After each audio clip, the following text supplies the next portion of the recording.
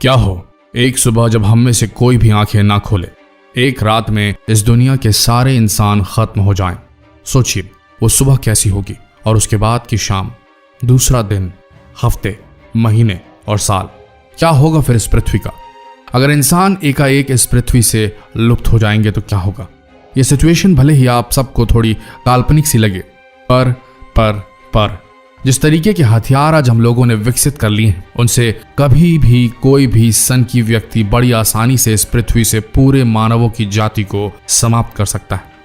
अब भाई, कोरिया जैसा भुखमरी से पीड़ित देश जब न्यूक्लियर बम बना सकता है, जब भारत जैसा देश जिसके बहुतेरे नौजवान आज भी बेरोजगार हैं, वो 3 मिनट में बैठे बैठे अंतरिक्ष में मौजूद सैटेलाइट को लेजर या जो भी टेक्नोलॉजी बोलिए उससे ध्वस्त कर सकता है, तो सोचिए, समझिए, दुनिया ने जो विकास किया है वो सबसे ज्यादा विनाशकारी हथियारों को बनाने में किया है, और यही हथियार एक ना एक दिन मानव जाति के पतन का कारण बनेंगे। तो ऐसा बिल्कुल ना सोचिए कि स्थिति जो है मानव जाति के खत्म हो जाने की, यह स्थिति निर्मित नहीं हो सकती और यह पूरी तरह काल्पनिक है। अब सोचिए, अगर ऐसा हुआ कि एक दिन पूरी मानव जाति इस पृथ्वी से खत्म हो गई तो क्या होगा इस पृथ्वी का? YouTube पर आपने बहुत से वीडियो देखे होंगे जिनमें उन संभावनाओं को बताया गया है जो होनी ही है, जैसे कुछ घंटों में पूरी पृथ्वी की लाइट्स ऑफ हो जाएंगी क्योंकि पावर स्टेशंस को कोई ऑपरेट करने वाला नहीं होगा।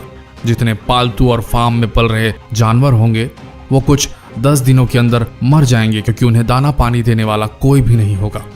4 से 5 महीनों में दुनिया के हर देश में मौजूद जो भी न्यूक्लियर पावर प्लांट्स होंगे वह रेडियो एक्टिव एलिमेंट्स के कूलिंग नहीं होने से ध्वस्त हो जाएंगे और बड़ा धमाका होगा। पूरे विश्व के परमाणु संयंत्र एक एक कर धमाकों के साथ हवा में भाप बनकर उड़ जाएंगे। उन इलाकों में भारी तबाही होगी। शायद चेर्नोबिल और फुकुशिमा संयंत्र में जो हादसा हुआ था उससे कहीं ज्यादा खतरनाक हादसा होगा ये। 1 साल के भीतर आसमान चमक उठेगा जब तेज गति से विभिन्न देशों द्वारा अंतरिक्ष में स्थापित सैटेलाइट्स कमांड सेंटर से संपर्क न होने की वजह से और ऊर्जा खत्म होने से बाय डिफॉल्ट धरती की ओर गिरने लगेंगे।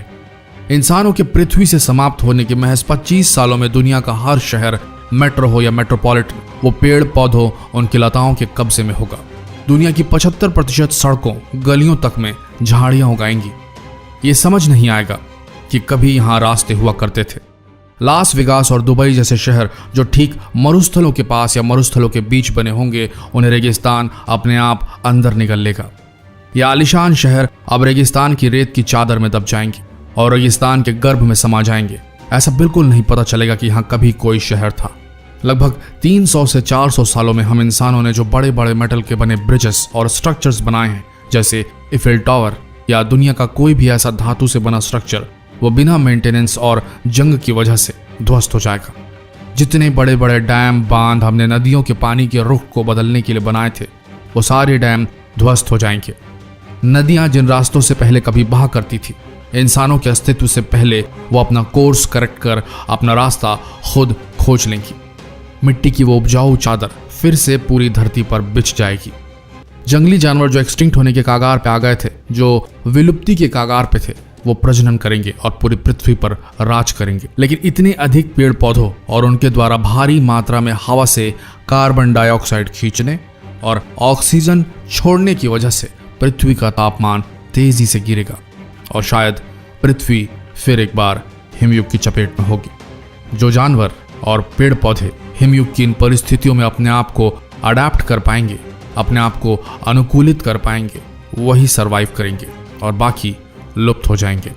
और मानव सभ्यता की इस धरती पे उपस्थिति के अगर कोई सबूत मिलेंगे तो वो भी केवल पत्थरों से बनी इमारतों से, और कुछ नहीं बचेगा, सब डिकम्पोज हो जाएगा।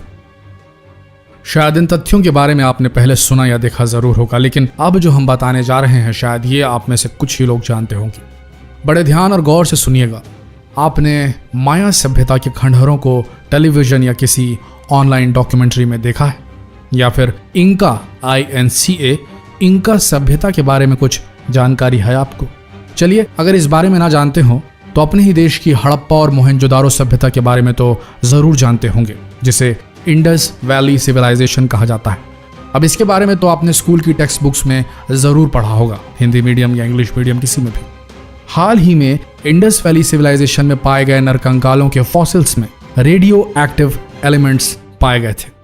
अब इस बारे में क्या सोचे, ये रेडियो एक्टिव एलिमेंट्स एक विलुप्त हो चुकी सभ्यता के कंकालों में क्यों थे?